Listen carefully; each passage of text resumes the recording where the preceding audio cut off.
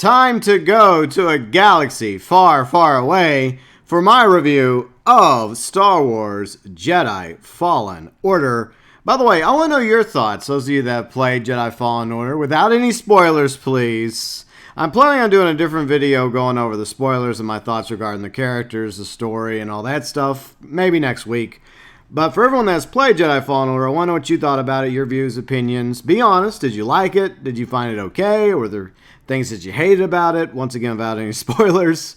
Feel free and let me know below in the comments section. So when it comes to my reviews of video games that I play, I go over the pros, the cons, and of course the final verdict. And that's exactly what we're going to do. Jumping in to the pros, Jedi Fallen Order is officially part of the Star Wars canon. So ever since Disney acquired Lucasfilm and Star Wars from George Lucas, there have been a lot of things that they've done that we, as Star Wars fans, do not like.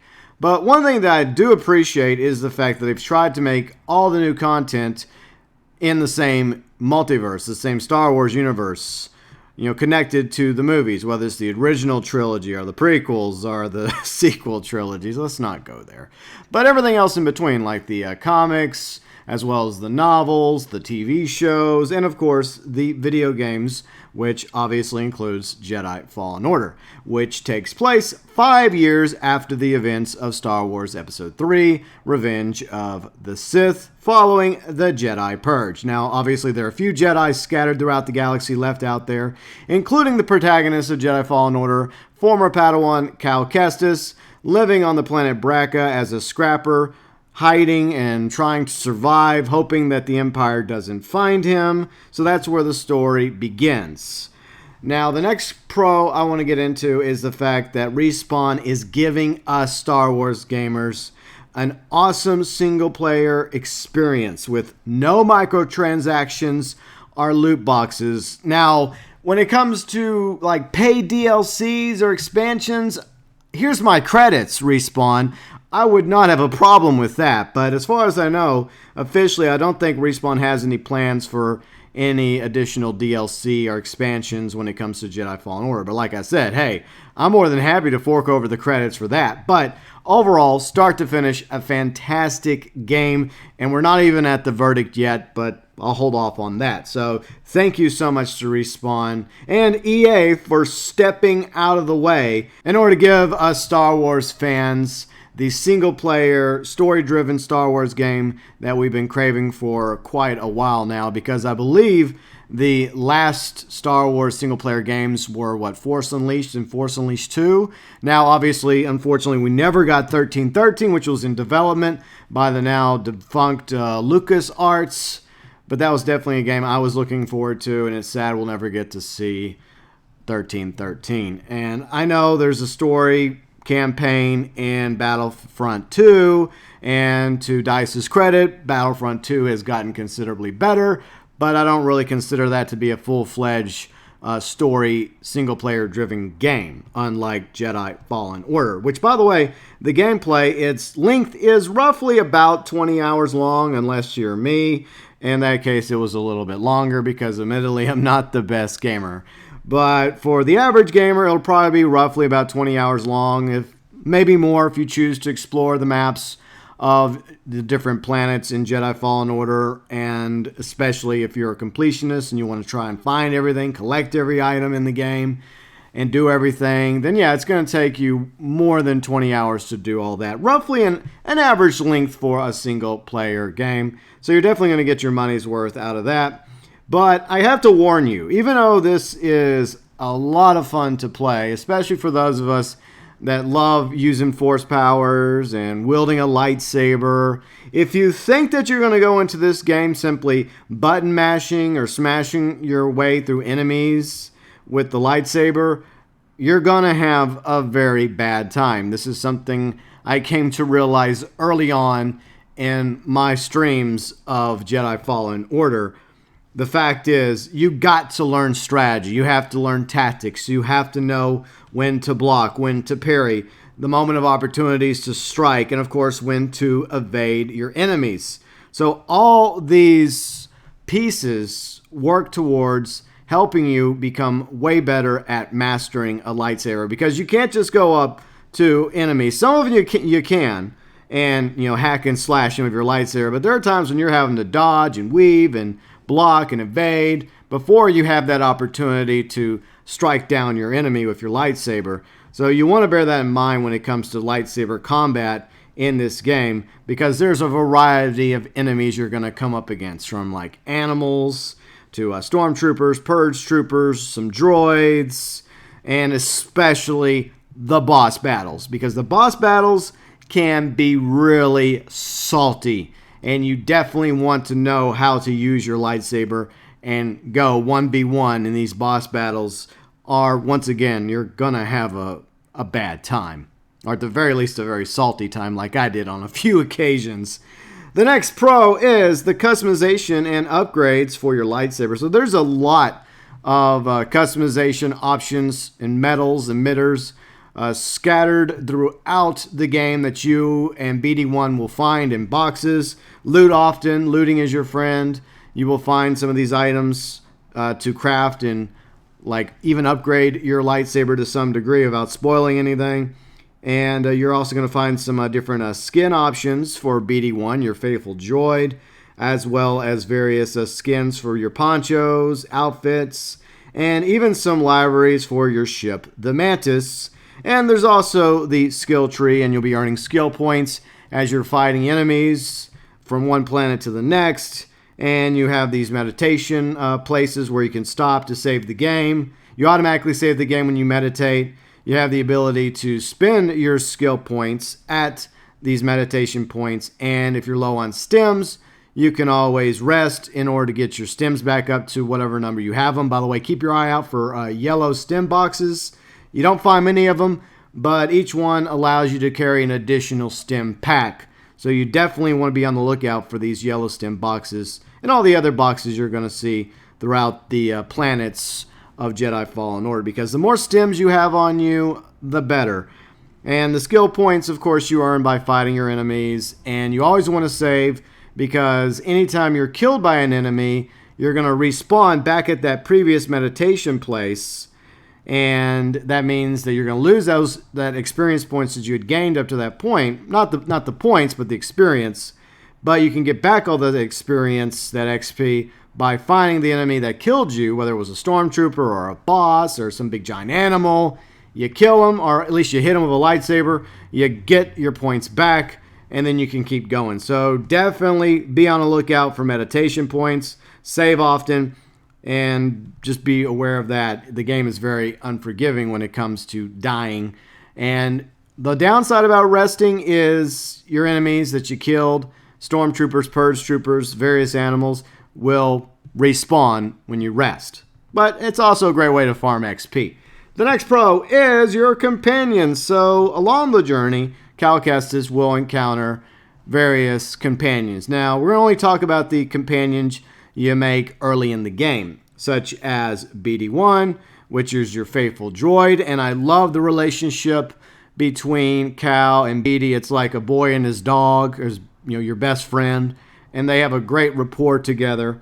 And then, of course, you come across Seer, a former Jedi Knight, who's also in hiding, but she wants to try and bring back the Jedi Order, and she serves as a great mentor for Cal. And then, of course, Grease is the captain of the Mantis, and he's there basically for smart-ass comics and comic relief, and kind of a buffer at times between Cal and Seer.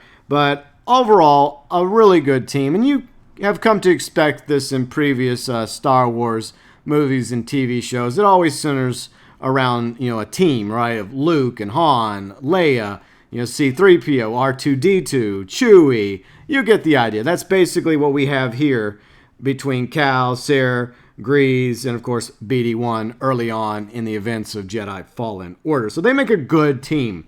And all the characters and antagonists that you will encounter, big and small, throughout the game are fantastic as well, especially Second Sister. She is a great villain, and you're going to encounter her on numerous occasions here and there, all the way to the end of the game. So she definitely makes a really good villain, in my humble opinion, as an Inquisitor. The protagonist himself, I personally like Cal Kestis, who is performed, voiced, and mocapped by Cameron Monaghan. I loved his work in Gotham, and he's a fantastic actor, and I thought he did a great job as Cal Kestis, as the protagonist in Jedi Fallen Order. Plus, the relationship he has between the various people he encounters, from his friend Umbraca to BD1 to Grease to Sarah, and a few others you come across along the way. A wide range of emotions you get from Cal. He's definitely not a one-dimensional character. There's a lot of stuff to him, and he's not a Mary Sue by any means. He has flaws, he has shortcomings that he's trying to get over, and he makes mistakes. For a protagonist, Cal Kestis is very well-rounded in my opinion. He's probably not up to the same level as, say, Luke Skywalker, but he's definitely a really good Star Wars protagonist. Now, as Cal, you will be exploring a number of worlds throughout Jedi Fallen Order, and each world obviously has a different map, and that's one of the things that will take some getting used to, are the maps, because you have the holomap, which I really like that because that's exactly what they use throughout Star Wars. The holomaps are all 3D looking, and you just have to get used to the 3 different levels. There's shortcuts you can find, but it's very easy to get lost and turned around on the maps. But I guess that's part of the fun when you're exploring, you're hacking and slashing and looking for items throughout the game. It does take time to get used to it, but the holomap is definitely your friend. So use it often, because if you don't, there's a very real possibility you might miss something, or you might find yourself getting lost, or in my case, on a few occasions, going around in circles. So yeah, you got several worlds, different environments to go to, and you can explore, looting, hacking, slashing your way through various enemies. There's a lot of collectibles, as well as Easter eggs, and numerous Star Wars winks and nods throughout the events of Jedi Fallen Order, which also has fantastic voice acting, not just from the main cast, but also from secondary characters you're going to come across, or NPCs like the Stormtroopers, Purge Troopers. The music is phenomenal. There's some bits here and there from the movies, but most of the score is original, and it fits right in with the Star Wars universe. And of course, the sound effects is phenomenal. I mean, a lot of it is, from the, turning on a lightsaber, to the hacking and slashing of a lightsaber, to the sounds of droids, like the Imperial probe droids, blaster fire, AT-ATs, AT-STs, for example. All that stuff, definitely is part of the Star Wars verse, and you know it when you hear it, and it's definitely in Jedi Fallen Order.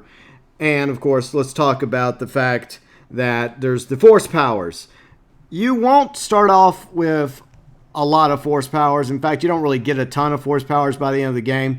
But the Force powers you end up eventually acquiring will matter to you as you progress through the events of Jedi Fallen Order. And that's actually something I really like. But I'll talk a little bit more about that in the final verdict. Now, the final thing I want to bring up regarding pros is the difficulty setting. I really like this because there's actually 4 settings. There is story mode, which is easy. Jedi Knight, which is normal. That's what I mostly played on, Jedi Knight, except for one boss battle. It got to the point where I got really salty, so I decided to bump it down to story mode just for that boss battle. And then once I was done with the boss battle, then I quickly put it back up to Jedi Knight. Now, if you try the game on Jedi Knight and it feels too easy for you, well, good news. Throughout the game, you can raise or lower the difficulty by simply going into the pause menu. And the 2 other difficulty levels include Jedi Master, which is basically medium in the game.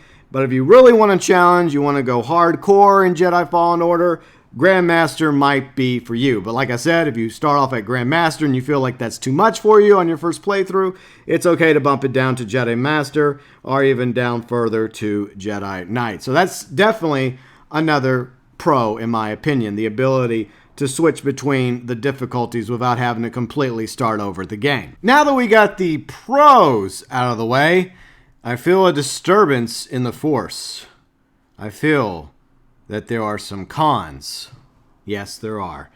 Let's talk about difficulty really quick. So, as much as I like the difficulty settings, During my one incident where I had to go up against a boss that kept kicking my ass over and over again, by the way, that happened on numerous occasions, but eventually I managed to beat all of them. But there was one particular boss that just ticked me off to the point where I felt like I had no choice but to go to story mode. I feel bad about it because story mode is ridiculously easy.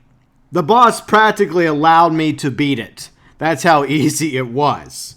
But at the same time, for anyone starting off in Jedi Fallen Order, if you feel like Jedi Knight's too difficult for you, there's no shame in playing the game start to finish on story mode, then going back and trying it on Jedi Knight. That's perfectly fine. It just felt like story mode was too easy, and why didn't they go with like a more clever title like Padawan like they did with the Jedi Knight series, or better yet, go with like Jedi Youngling? Why call it story mode? Just be funny, be coy with it. You know, just say, hey, Youngling, Jedi Youngling, Jedi Knight, you know, or Jedi Padawan. You know, Padawan would have been fine. But anyways, that's just a small con as we segue into the other cons with Jedi Fallen Order. And even though I love this game, yes, there are some cons because no game is perfect. So this game, despite how enjoyable it is, probably could have used a little bit more polish to it. But I understand it releasing during the holiday season, you know, the sales, you know, trying to make as money as possible off Jedi Fallen Order, trying to get all them credits. But it probably could have used maybe 3 more months worth of polish. But for the most part, it's almost there.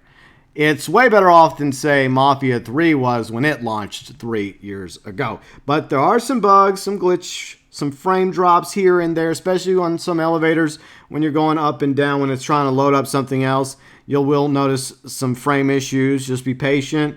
It will load. And sometimes the loading times take longer than usual.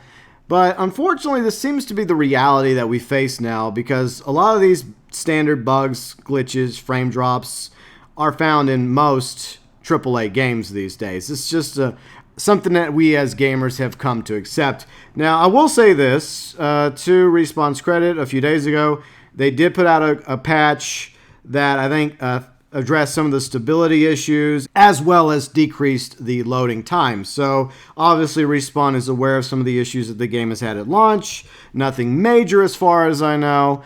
And they're trying to fix whatever minor problems persist in the game. But for the most part, it's definitely playable in my opinion. The next con is it's basically just a standard Star Wars story. Now this is not a bad thing, but at the same time, yes, there are cliches, there are tropes, there are twists that you'll see coming from probably a parsec away, but it was way more enjoyable as a story than The Last Jedi. I'm looking at you, Rian Johnson. Okay, moving on to the next con. Sometimes it's not necessarily the enemies that will be your downfall in Jedi Fallen Order, or the boss battles. It will be gravity. Gravity is basically the Phantom Menace of Jedi Fallen Order, because there's so many times when you're like trying to jump from this point, and you miss, or you happen to accidentally go over the ledge. Now, fortunately, that doesn't count as a kill. It does take away a little bit of your health. You quickly respawn where you were previously, but there have been numerous occasions where you're trying to do this particular jump from here to here, or this swing from there to there. You happen to miss a rope, and, you know, you die and you quickly respawn. So yeah, gravity is not exactly your friend in Jedi Fallen Order. The other issue that really made me salty during fights against NPCs, and especially during boss battles, is the stem system. Now, basically, the way the stem system works is you have a certain number of stems that BD will give you, and whenever you request a stem, instead of BD automatically injecting you with the stem, there's an animation where it pops out of BD1, Cal catches it, and then injects himself. Now, I would say that takes maybe a couple of seconds, but when you're in a fight against stormtroopers, purge troopers, and various bosses or other animals throughout the events and stories and worlds of Jedi Fallen Order, those seconds can make the difference between surviving a fight and dying and respawning and having to go all the way back to where you were previously. So I really don't understand why didn't Respawn simply just make the stem request automatic, where BD1 would just simply inject you with the stem instead of this whole crazy animation of it popping out, Cal catching it, similar to Luke in Return of the Jedi when, R2-D2, pops out his new green lightsaber. Okay, I'm getting carried away with the original trilogy. The point is, I think that this could have been easily resolved by a quick, simple stim heal from BD1. Another issue I want to bring up regarding healing in this game is I think that in the skill tree, there should have been a force heal ability that you could acquire. Now, I'm not trying to spoil the game, but there's several force powers you're going to get and upgrades to force powers and lightsaber abilities as well. One ability I wish was in the skill tree would have been a force heal ability. It's been in previous games centered around you playing as a Jedi. Why not in Jedi Fallen Order? At the very least, it could just help give you some heal back, right? Like you're down in the red section. You have no stims left. It would be awesome if you could just use a quick force heal. It would cost you some of your force bar before it goes back up. It would go back down. But at the same time, it would get your heal back up into the green. And you would keep using it at the expense of your force bar. That way, you could keep Cal in the fight even without any stims. So I definitely think that not having a force heal ability in Jedi Fallen Order was a missed opportunity by Respawn. The next con is concerning cosmetic stuff. It's not really a big deal. There are probably a handful of outfits that you can find. You start off with one outfit in particular, but the other outfits you eventually acquire are basically reskins of the same outfit, just different colors. And I think that they could have been a little bit more creative with the outfits. I think they could have gone with something a little different here, different there. And maybe for each outfit, they could have given it the different 4 or 5 color variations. So I really wish they would have done that concerning the outfits. Now, above the outfit, you have the option to either wear or not wear a poncho. And there's a variety of ponchos you can find scattered throughout the game in various boxes. Some of them are decent looking, some of them not so much. But I am disappointed by the fact that there's nothing more than the ponchos. For example, Cal was a Jedi, right?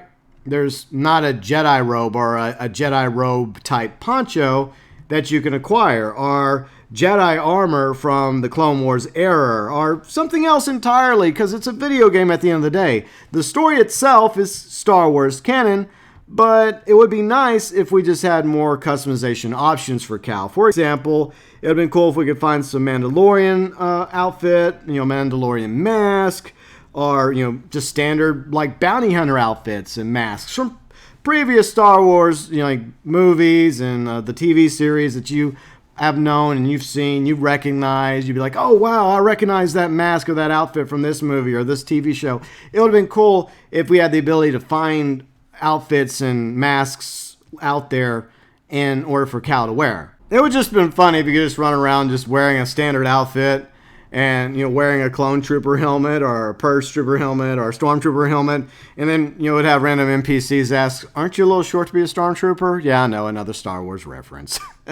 I'm just saying, it would have been nice if we had some more cosmetic options for Cal. I'm okay with the cosmetic options for BD1 and the skins for the Mantis, but I felt like they could have done a little bit better job with the outfits and the ponchos. Some of the ponchos, like I said, I'm okay with, but it would have been nice if we at least had one Jedi robe or some Jedi armor. You get the idea. All right, so my final con I want to bring up really doesn't have anything to do specifically with Jedi Fallen Order. It's directed at YouTube Recommended. Now, the thing with YouTube Recommended, and this has happened before with previous TV shows, movies, video games, is it'll recommend you Jedi Fallen Order videos. If you are playing Jedi Fallen Order or you're watching stuff centered around Jedi Fallen Order. And unfortunately, there are content creators out there, I'm not going to go specifically attacking or throwing shade at anybody, that either are just stupid or they don't care and they're intentionally trying to spoil something for clicks and views. Unfortunately, those clickbaiters do exist. And in the thumbnail and in the title of their videos, basically spoil things when it comes to events in Jedi Fallen Order. And throughout my live stream of Jedi Fallen Order on numerous occasions over this past week, I have, in the recommended section, without my choice, without my say, I have seen at least 2 or 3 different videos pop up with spoilers in both the thumbnails and the titles.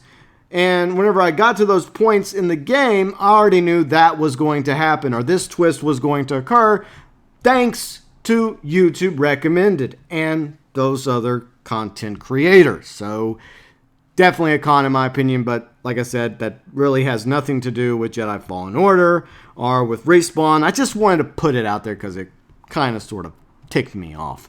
So there you go, my pros, my cons. Time now for my final verdict. Jedi Fallen Order. The Force is definitely strong with this game, and at times, so is the salt.